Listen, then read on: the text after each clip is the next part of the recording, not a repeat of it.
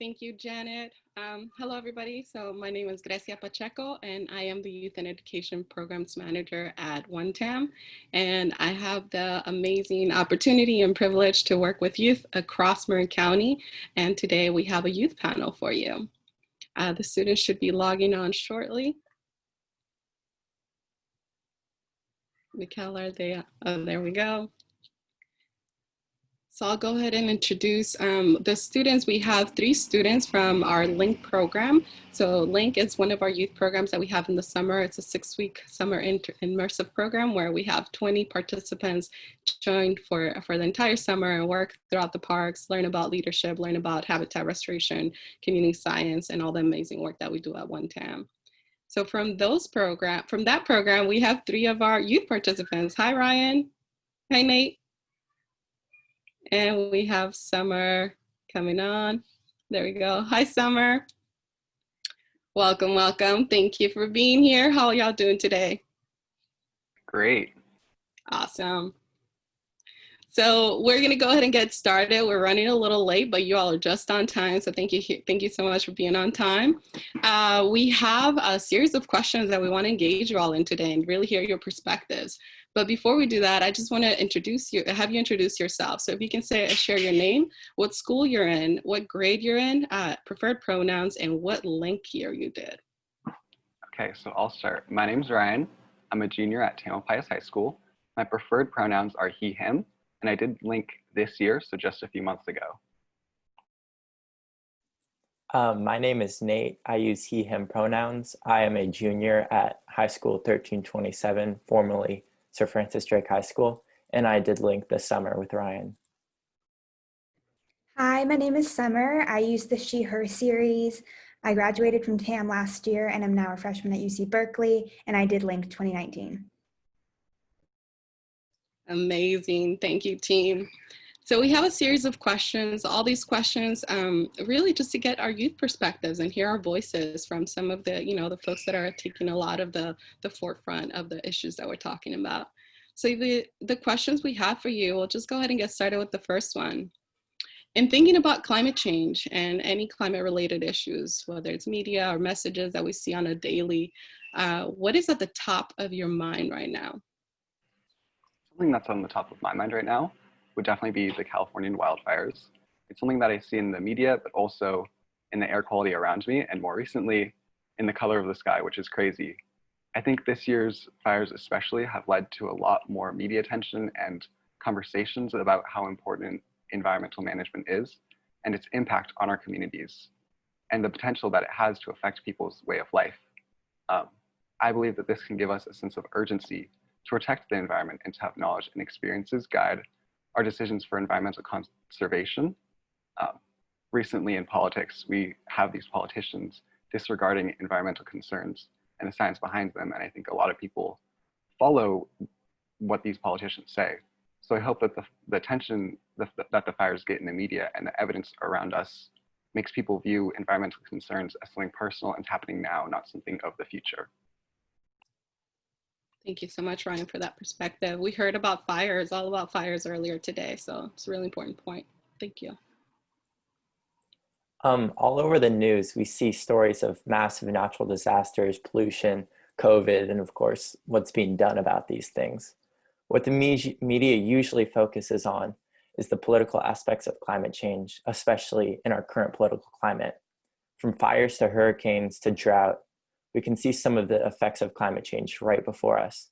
But what's more is seeing the reaction and action in the political field. It's very concerning to see how some people in charge, like Ryan was saying, the people who make our decisions don't even believe in climate change. Relatably, something else very concerning was the 2020 political debate a few nights ago, the first one. The polar differences of the candidates and their views on climate change.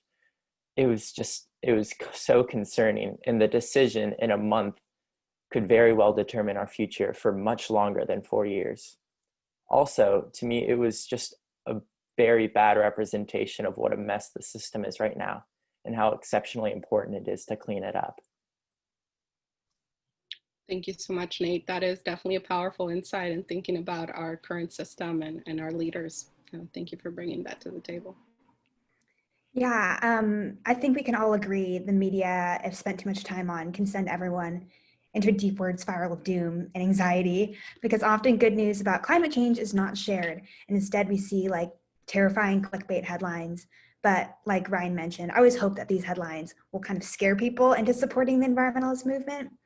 Anyway, one thing that has been circulating in my mind and also in the media is the ticking time before irreversible climate change. I saw an article about a newly installed climate clock in New York City that counts down the days, years, hours, minutes, and seconds left to curb greenhouse gas emissions enough to save the Earth or give the Earth a 2/3 chance of staying below 1.5 degrees Celsius. Just now, before this presentation, I checked and it was at 7 years, 91 days, 16 hours, 30 minutes and change. But to me, the thought of 7 years is terrifying. You know, what has happened in the past 7 years to help climate change? Can we make enough feasible change within the next 7? So not to start off this session too dramatically and depressingly, but to be honest, that's something that's been on my mind in the news. Yeah, that's wild to hear. 7 years from now, how old will you all be? 7 years from now, I would be 23. 23. Yeah. So not too far out. Thank you for bringing that perspective, Summer. It is a lot of the news we hear is doom and gloom, right? A lot of the news we see is negativity and things that are not so positive sometimes. And in thinking about that and thinking about those negative things or the bad news that we see on the media on a regular, have you all experienced climate anxiety or just anxiety in general? And how has that impacted you or your community? Talking about what we were saying in response to the first question, I think that a lot of young people, including myself, have experienced climate anxiety. I know I and many of my peers experience climate anxiety from feeling like we are not doing enough for climate change or that we feel like we are part of the problem. Climate anxiety is something that a lot of other generations haven't had to really face, especially at such a young age. Oftentimes they can feel overwhelming, like you're not doing enough to ensure your own future, or that there's no hope for saving the environment. I think that's where activism and changing your own lifestyle and perspective can help you and maybe others that may feel the same way about climate and their own anxiety about it. Thank you, Ryan. Climate anxiety is a very real mental illness in which more than half of teens have reported feeling some form of it. For me and some of my peers that I've talked to, it's about the amount of pressure that we feel, that we've inherited this major climate crisis and it's all on us to be the voices of change and invent a new era. All of us are the next world leaders, trailblazers, CEOs, and along with that is the voice constantly telling us to be better and to change the world. It's so much pressure to be under. Also, we are the generation that will make the choices in the next 10 to 20 years that will determine the way our world will look for the next 500. As Summer was saying about the climate clock, we are on a literal timer, pretty much to save the planet in the upcoming years will be the tipping point and our last chance to make sure the scales tilt to the desired side. It's like an alarm clock that wakes you up 7 years before it goes off, and our responsibility is to listen to that sound and react with change. Thank you, Nate. So, I mean, it's clear that a lot of the younger generation has this pressure to be a perfect steward of the earth and right the wrongs of the past. But I think also within the environmental sphere, there's a huge pressure of individuals to fix climate change. This pressure is really toxic and sometimes unproductive because besides being mentally really harmful, it also deflects attention away from the responsibility that corporations and politicians have to make meaningful change.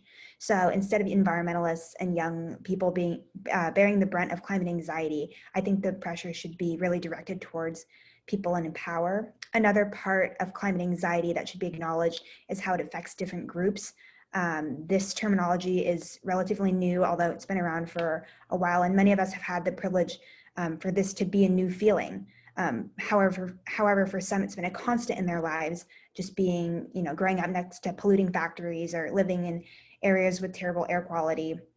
And I think it's great how environmental racism has really been highlighting these inequalities. And it really just goes back to putting pressure on policy to change and protect these marginalized groups. instead of them being forced to experience climate anxiety every day. Thank you so much for that perspective. Earlier we heard a lot of different presentations about equity in Marin and the disproportionate impact that communities of color, especially marginalized communities, are facing, not just in Marin County, but throughout the world, right? So it's really important to bring that perspective and think about climate anxiety as not a new thing for some communities, but it's an ongoing thing for many. Thank you for sharing that. Oh, this is good, y'all. This is really powerful. I'm feeling inspired, but I want to hear more. So you all shared a lot about, the pressure you feel, right? The pressure that the youth have on their shoulders to do better, to do different, to make change happen. And thinking about all the environmental issues that we face, what are some issues within the environmental spectrum that interest you the most? A topic within the environmental field would definitely be how agriculture and food systems relate to the environment and how they will become more sustainable in the future. Right now, I'm planning on pursuing a career in agriculture with the goal of helping create and put into place systems that are more sustainable. I'm interested in agriculture and food systems because I know how big of an impact agriculture has on the environment and the fact that agriculture is super necessary. We need agriculture to be efficient, and as other people have said to previous questions, we need to have these people in power understand its impacts on the environment with realistic solutions, prepared for minimizing its negative impact. This is necessary for creating a more sustainable country and world, but we need more people to create these solutions and put them into place.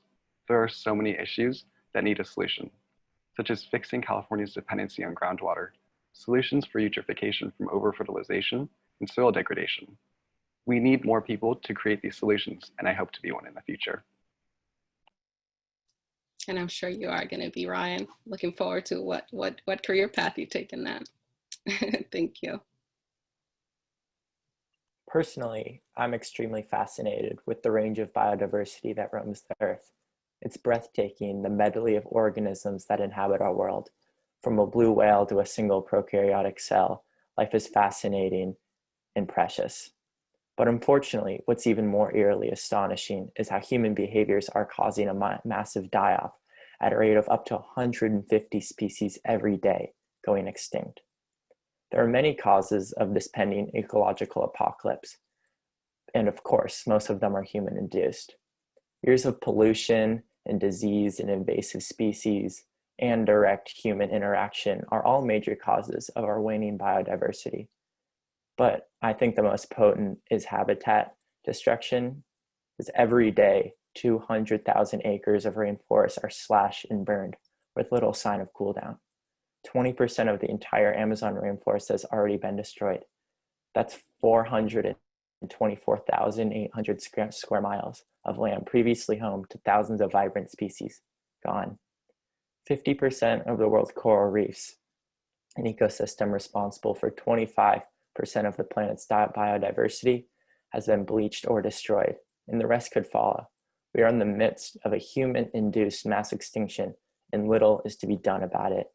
And that is just so frightening to me. Yeah, thank you so much for bringing that to light. Part of our discussions earlier were about the work that OneTAM does within biodiversity and thinking about the WPI project and monitoring species within the mountain and the importance of that, right?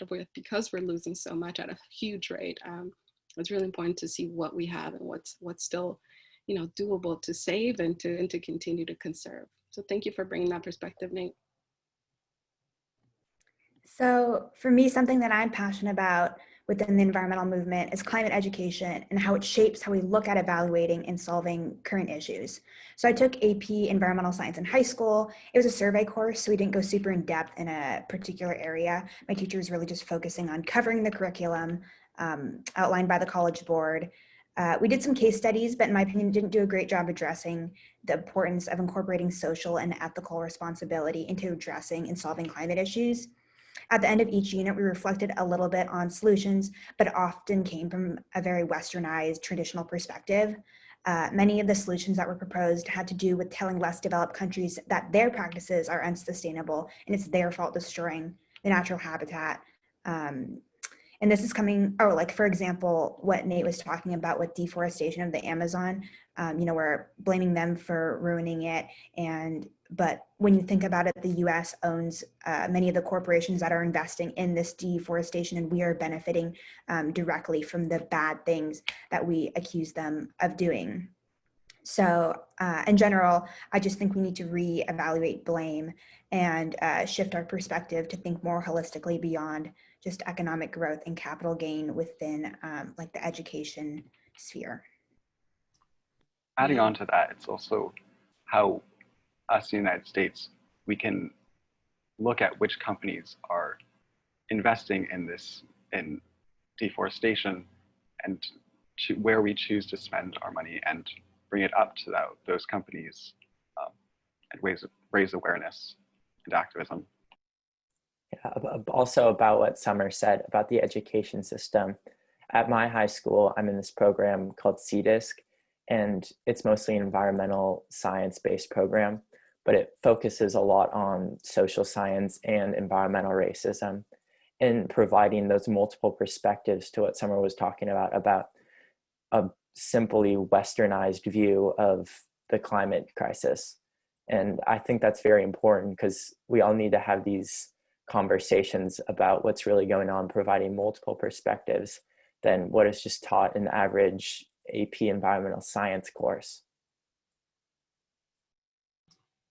Thank you all for bringing that perspective. That is really powerful because, part of what our goal with this symposium throughout the symposium is to really bring in that other side of the story, right? And share those perspectives that we often don't hear about so much, and see, the intersectionality across all these issues, whether it's race, equity, or the environment. All these pieces, they all overlap, and they all impact our communities and the natural environment. So thank you for bringing that perspective.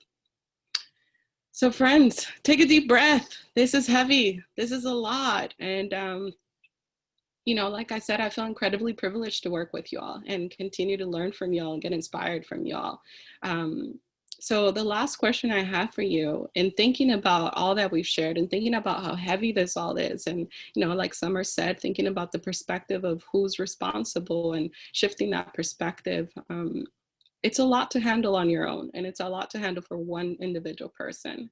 So what role do you see yourself playing? Knowing that there's many other folks doing work, what role do you see yourself playing within the environmental movement?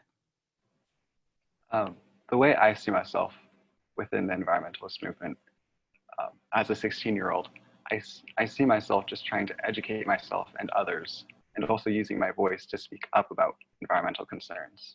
Something that I think is really interesting about my generation is that a lot of us are concerned about the environment and are willing to make changes and speak up about concerns of the environment. The way I see the environmentalist movement would be as a group of people, each with their own voice, providing support for one another. I see myself within this group, and I see everyone else on this Zoom as part of that group. In the environmental movement, I want to be a voice. I want to educate myself, and I want to have a strong opinion and a space to share that. I want to be able to educate others as much as I can, but in order to do that, I want to learn everything there is to know about the subject. Misinformation is a very dangerous thing. We see it in the media, within interpersonal conversation, and all over social media. When misinformation gets out of hand, it can be very dangerous. In my future, I hope to not only be an educator, but also a researcher finding that raw information and spreading what I hope to be nothing but the truth. I hope to be on the front lines of resisting climate change to protect our planet's beauty and diversity. And I hope to have a part in cleaning up the mess that we have found ourselves in. And I'm sure everybody else on this panel would agree with that.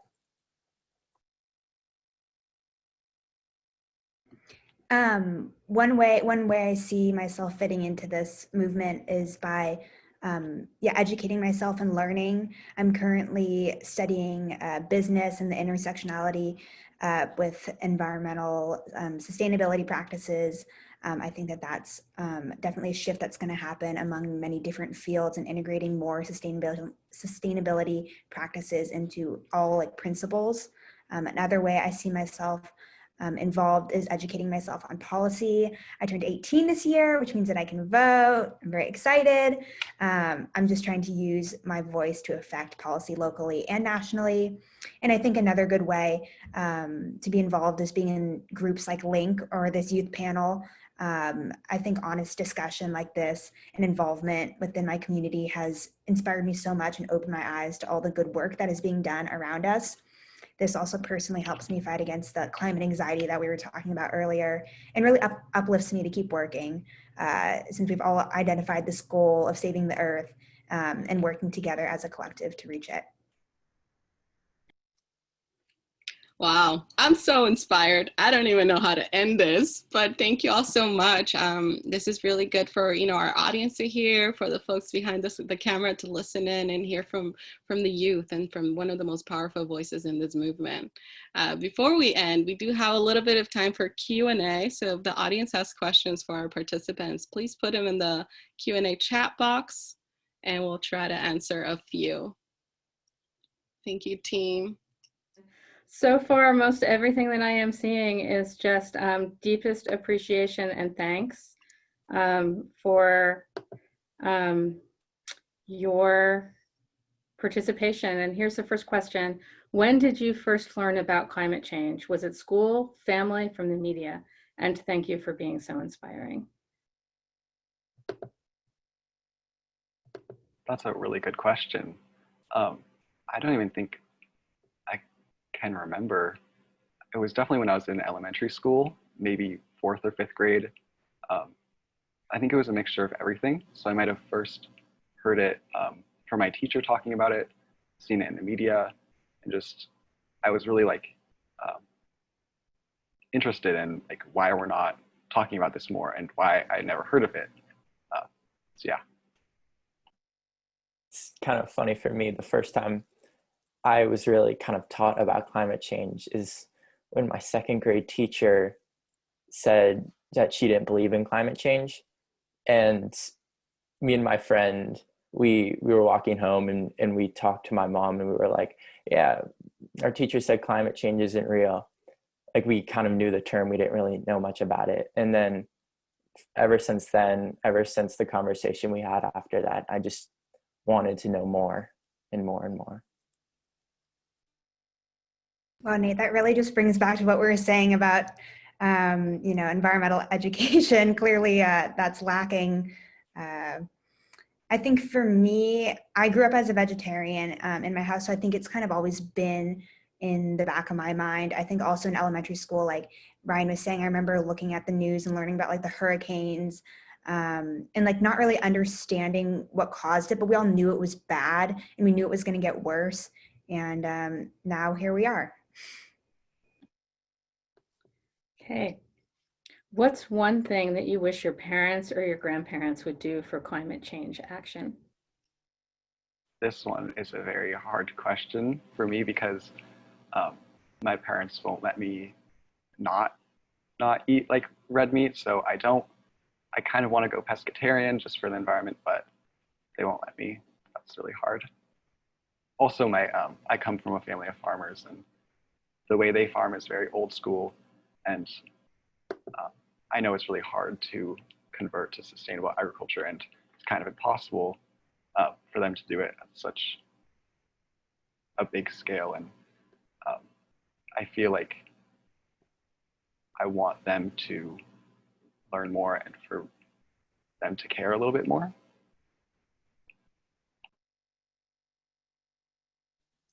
Yeah, I kind of want my parents and my grandparents, I want them to talk to other people that they can relate to about climate issues and basically spread the word, because there's a big portion of this country that is either doesn't believe in climate change or is misinformed or just underinformed.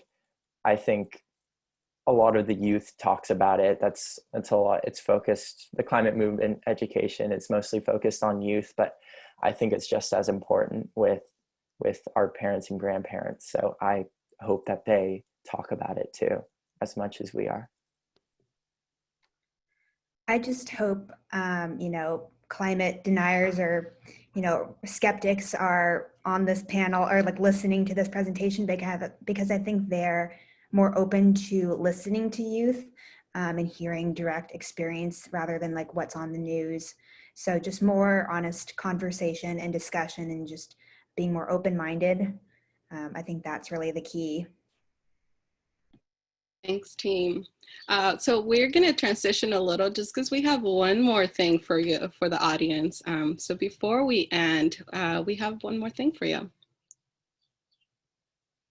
We want to end this discussion with hearing all of your voices. So we have a question for you.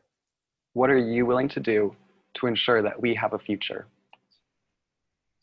Big question. And go ahead and put your your responses in the chat box.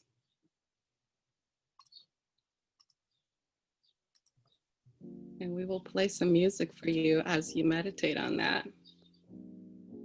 Let me know if it's too loud. And Nate or Ryan, Summer, if any of the answers catch your attention, feel free to read them out loud. I like calling voters and mobilizing. Turn out youth vote. I think that's great and very relevant right now.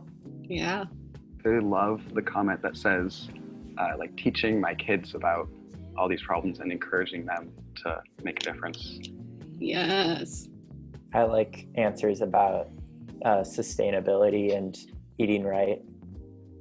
Ooh, I like the buy less stuff. Yes, get away from buying more stuff. I think that's really big. A lot of people have been tricked into this like consumer culture of buying really sustainable goods, but the best thing to do for the environment is just buy less stuff. Stop buying.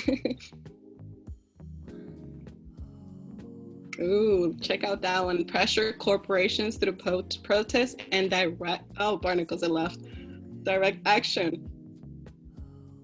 Yeah, right. Thinking about who's responsible. Not really who's more at blame for these issues, but who's responsible at a large for making a lot of these solutions happen. And it really comes from the the folks that have the most power in all of these. Oh, supporting collaborators like One TAM, yes.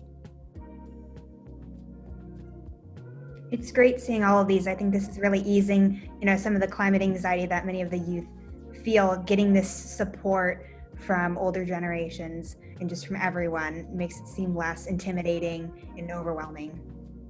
Yes. And Janet, feel free to give us a time check because we'll just hang out all day here. I'm in the same space right now. I'm just kind of like soaking it all in right now. I'll check that one out, Ryan. Regenerative ranching. I'm definitely gonna look it up. What time did we say we were gonna end this thing? We're gonna end at 12. Well, we can end right now, but we got one more thing, one last thing for y'all. So thank you all so much for joining. Let me turn our music off. Sorry. Thank you so much, students. Thank you so much, Summer, Ryan, Nate.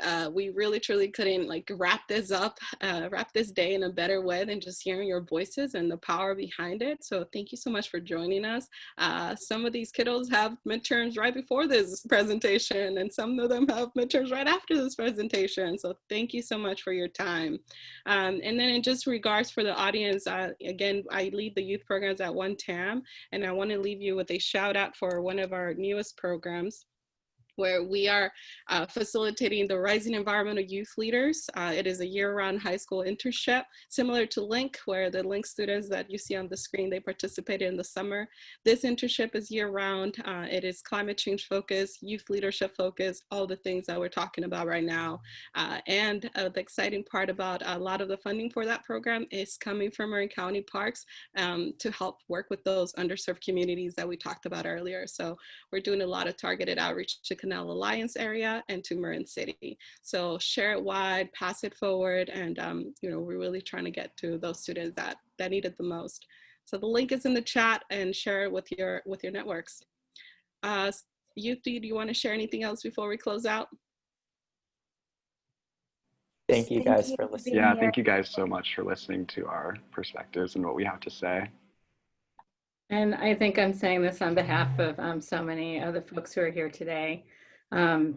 Just thank you guys for your participation and stepping forward in this way. It's really important. Thank you. And so I'm gonna, this has been a big day. This has been a heavy day. I hope we went out with a little bit of hope. We've got 4 more days that we are gonna hopefully spend together. I hope you come back. I hope you share some of what you have learned. I hope that my share screen turns on in just a second so that I can throw up a few concluding slides. In the days ahead, our next one is going to be same time, same place on a week from today on Thursday. We're going to focus on forests. We'll have Allison Forestell from the Forest Service will present, not the Forest Service, National Park Service, will speak to us about the Woodward Fire. We have Patrick Gonzalez, also from the National Park Service, is going to give us a big picture overview of climate change and the changes to vegetation, changes to forests. We're going to talk about some of the work that the One TAM Partnership has been doing related to mapping and describing problems, as well as laying out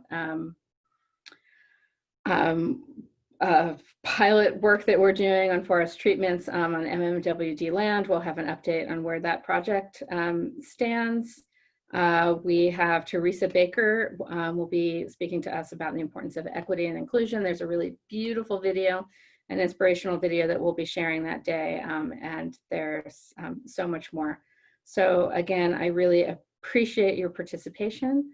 I'm going to throw up a couple final slides. Grace, you have to stop sharing your screen so that I can put my slides up. So I want to give a big shout out and thank you to the technical support team that helped run this thing behind the scenes, and to all of you in the audience for putting up with our glitches. I want to thank the planning committee, which was comprised from representatives of all of the One TAM partners and from Drawdown Marin, who helped us find our way to today's program. It took a lot of soul searching and deep thought to figure out how to approach a conversation about climate change in this moment, and I think the work's really paid off. I'd like to thank you, the audience, for joining us in this search for solutions. And I put this photo up here to remind all of us of what I think the youth just shared for us, which is the answer for what to do does not lie somewhere up there in the heavens. We can't just stand around and hope that it's going to get better. We have to find the determination in ourselves to make it better. If you are interested in continuing the conversation about a lot of what we heard today, you can find myself and Michaela tomorrow at the Together Bay Area Forum, and they're going to set aside a virtual table at noon where you can join us. You can also join Rosa Schneider in a 1-hour Q&A on some of those technical questions around climate change and the parks.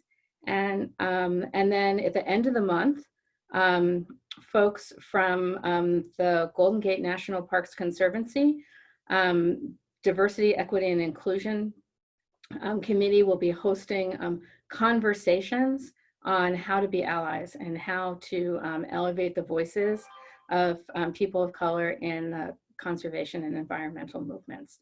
So those are opportunities that are available, and Michaela will be sending out information on how to sign up for those, or you can go back to the One TAM Symposium website, and if you scroll down towards the bottom, you'll find those additional resources we've been referencing, and then click on that suggested events, and you can find links to help you sign up for all of those additional opportunities. So again, I thank you for joining us today. Please share the information on how to register for those other days with your friends, your colleagues, your coworkers. There's still room for more, and we'd like to kind of grow our audience over time. And with that, I'm gonna say, please stay safe. Take care of yourselves, take care of each other, and vote. Thank you.